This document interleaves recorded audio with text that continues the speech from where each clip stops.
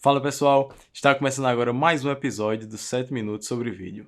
Yo, let's do this. Now picture homie rolling, me off of my condolence. You don't know just how I'm doing. And the silence gold, I'm broke cause they know him for talking fluent. Got him under the influence, the truest, talking to him. But if I'm your ego, bumping him out, music I'm eschewing. I just doing for the day, gonna have to get. Bem pessoal, e hoje nós falaremos sobre storytelling. E basicamente, o que é esse storytelling? O storytelling, ao pé da letra mesmo, é como se fosse uma contação de história. O story de história e o telling de contar. Então, é a maneira como eu conto uma história para alguém. Mas isso não vem de agora. Nós tínhamos, por exemplo, aquelas artes rupestres que até hoje nós sabemos o que aconteceu com nossos antepassados devido a uma maneira que eles encontraram de como contar uma história, que era através dos desenhos. E hoje, a maneira mais eficaz de se divulgar uma marca é através do boca a boca. É uma pessoa que conheceu a marca, que indicou para outra pessoa, que chamou mais alguns amigos para conhecer. E isso aí é bom por quê, Bruno? Por que a contação de história é algo positivo para o meu filme? E isso acontece por algo chamado de curiosidade.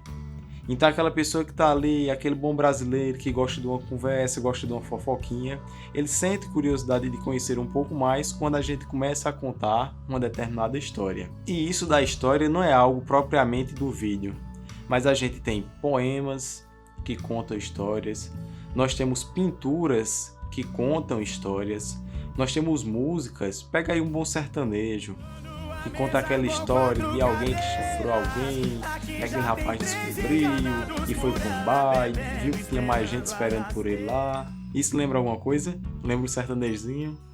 Pois é, músicas também contêm histórias. E isso é algo que o filme se apropriou. Bem, mas ao meu ver nós podemos produzir um vídeo de duas maneiras marcantes. Uma delas através de histórias, que aí tem início, meio e fim, que é, por exemplo, aqueles clássicos de casamentos. Pega um cara como Eric Marreiro. Os filmes dele de casamento são verdadeiras histórias. Mas, por outro lado também, eu posso ter, por exemplo, um filme publicitário. E aí na publicidade a gente tem dois estilos. Só para ficar mais resumido, nós temos propaganda e temos institucionais, basicamente.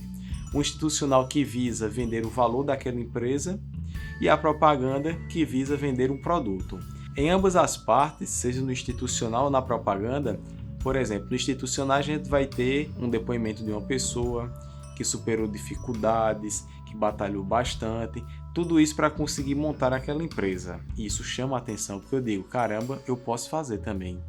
Do outro lado a gente tem a propaganda, que geralmente é uma história fictícia, mas por esse fator de ser fictício, eu posso explorar bastante a minha criatividade. E eu vou conseguir contar a minha história de uma maneira chamativa. Uma outra maneira também de se produzir um vídeo marcante é através dos highlights. Por exemplo, aqueles vídeos de festa, onde eu vou ter o pessoal se beijando, vou ter o DJ tocando, o pessoal bebendo, aqueles fogos sendo soltados durante a festa. Tudo isso gera atenção. O pessoal vai olhar assim e vai dizer, caramba, um dia eu tenho que ir nessa festa. Mas hoje nós falaremos dessa primeira maneira de se produzir um vídeo marcante, que é através das histórias. Logicamente que sempre vai existir aquele amigo naquele grupo de conversa que sabe contar uma história, que envolve as pessoas, faz todo mundo rir. Mas isso quer dizer que você, que é mais calado, não possa produzir uma história? Não. História, essa contação de história, é uma habilidade que também pode ser aprendida. Para isso, toda história ela vai ter um início, um meio e um fim. No início a gente vai ter uma contextualização. E para essa contextualização a gente pode ter uma cena aérea de uma cidade, pode ter uma imagem de um colégio, o pessoal saindo para o intervalo, imagem dentro de uma casa. Tudo isso para que a gente possa passar para uma segunda etapa, que é a apresentação dos personagens. E aí, por exemplo, eu posso ter uma filha problemática, adolescente, que entra em discurso com a mãe. Dentro do colégio eu posso ter um rapaz que é mais tímido, ou uma moça que é mais tímida, mais nerd, que sofre bullying dos colegas, para quando for depois eu apresentar o problema. E o problema qual é? É o conflito entre a mãe e a filha, é o bullying dentro da escola. Então tudo isso são coisas que eu vou apresentar no início do meu vídeo. E aí, partindo para o meio do vídeo, onde é que eu vou ter o clímax da história, eu vou ter o desenvolver de todos esses problemas que já foram apresentados no início do meu vídeo. Então eu vou mostrar como é que aquele bullying surgiu, O que é que acontece que faz com que aquela filha tenha problema com a mãe? É porque ela namora com um menino da escola que é popular, que usa droga, a mãe não gosta. E aí ela começa a ter relações com ele e isso gera uma gravidez. Então tudo isso são problemas que vão contextualizar a minha história. E aí sim, para quando chegar no final do meu filme, eu tenho aquela resolução daqueles problemas. É a filha que percebeu que a mãe estava certa, aí ela termina com aquele namorado problemático e começa a namorar um rapaz mais bacana que sempre gostou dela, que era amigo desde a infância. Ou eu vou pro colégio e aquele bullying é resolvido, as pessoas ali percebem que estavam fazendo mal para aquela pessoa que era mais nerd, mais calma. Então tudo isso são maneiras que eu apresento no meu final do filme de superar aqueles problemas. Ou eu posso ter simplesmente uma quebra de expectativa. Por exemplo, na comédia romântica, onde tudo tá dando errado no meio e a gente diz, cara, mas no final vai dar certo. E dá tudo errado de novo. E aí vem aquela pergunta, Bruno, como é que eu posso chamar a atenção do meu espectador para o meu vídeo? No meu ponto de vista, existem 3 maneiras, que é através do emocional, a segunda através do visual e a terceira através do auditivo. O emocional normalmente é baseado em arquétipos. O que são arquétipos? São aquelas primeiras impressões que eu tenho daquele personagem. Então é o que vai gerar comoção, que vai gerar raiva, que vai gerar angústia, que vai causar felicidade. Então são todos sentimentos que podem ser ligados também ao gênero daquele filme. Mas porque o emocional é uma maneira interessante de se chamar a atenção? Novamente é porque gera curiosidade. Então aquela raiva, aquele medo, tudo isso chama a atenção e gera uma expectativa sobre o final daquele filme. Passando agora para o visual. A gente vai ter algo ligado que a gente vai ver em outros vídeos, que é a direção de arte. Porque a direção de arte pode chamar tanto a atenção? De forma simples, a direção de arte é aquele cara que vai combinar tudo que está na cena do meu filme. Então ele vai combinar a cor, com a cenografia, com os objetos que estão ali. Então tudo isso chama a atenção. Um exemplo bem massa disso é Joker, que é o Coringa. Onde a gente pode perceber que todas as cores que estão ali combinam com a roupa do personagem, com o humor que aquela cena quer passar. Um filme um pouco mais azulado, mais esverdeado. E um outro filme é Como Eu Era Antes de Você.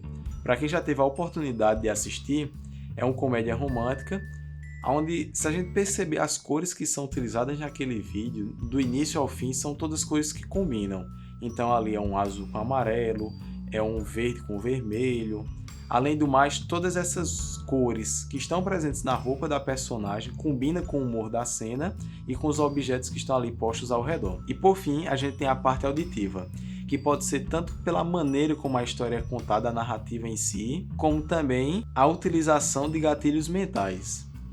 Por exemplo, existem certas palavras que geram na gente alguns sentimentos, como agora, porquê. No entanto, independente do gênero que é o meu filme, se é drama, comédia, terror, ação, ficção, comédia romântica, suspense, independente do gênero do filme, todos eles podem seguir uma estrutura padrão para aquele determinado gênero de filme. E é isso que a gente vai ver agora, são os tipos de estrutura, os tipos de storytelling que existem. Para que não fique algo bem cansativo e longo, nós iremos falar de alguns tipos de storytelling mais por cima, mas aí depois em um outro vídeo nós poderemos abordar e destrinchar cada um deles. O primeiro tipo é o inimigo público comum.